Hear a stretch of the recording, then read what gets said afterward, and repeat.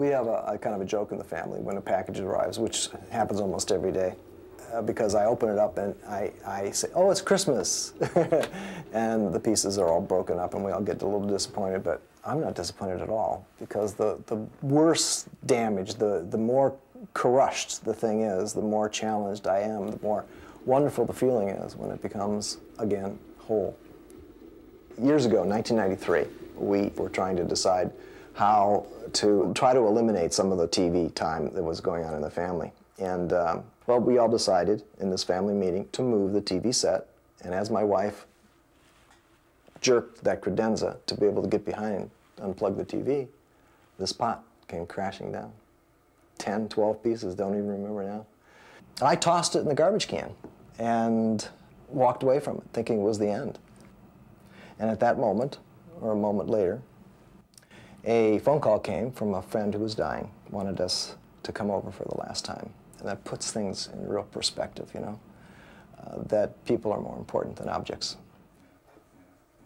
A month later, after I had taken the pieces and thrown them in the trash can, Jennifer had taken the pieces out of the trash can and put them in a drawer. And I had mentioned to her, I said, you know, I really wish I had those pieces. I kind of put it back together again. It wouldn't be the same, but okay. You know, I could. And she laid the pieces out on the table.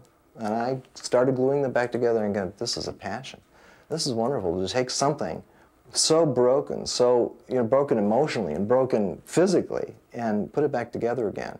Certainly not the same. But you know what? This thing means more to me broken than it did when it was totally unbroken, totally perfect.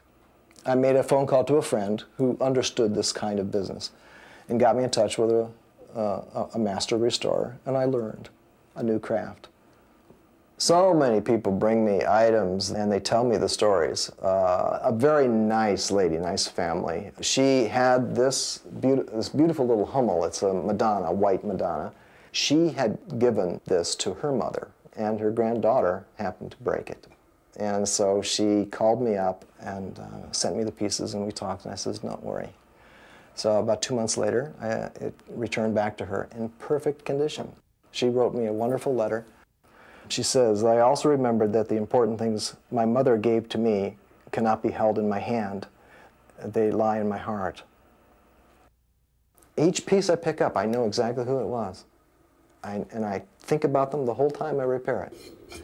Some of the people, half of them, I've never met. They call me on the phone.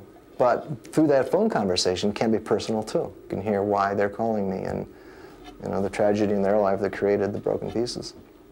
I can't wait till I get up in the morning.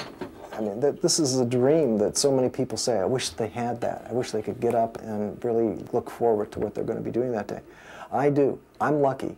I wasn't lucky a long time ago, okay? And fortunately, just by accident, I was able to find, you know, the true vocation of what I'm supposed to do the rest of my life. So.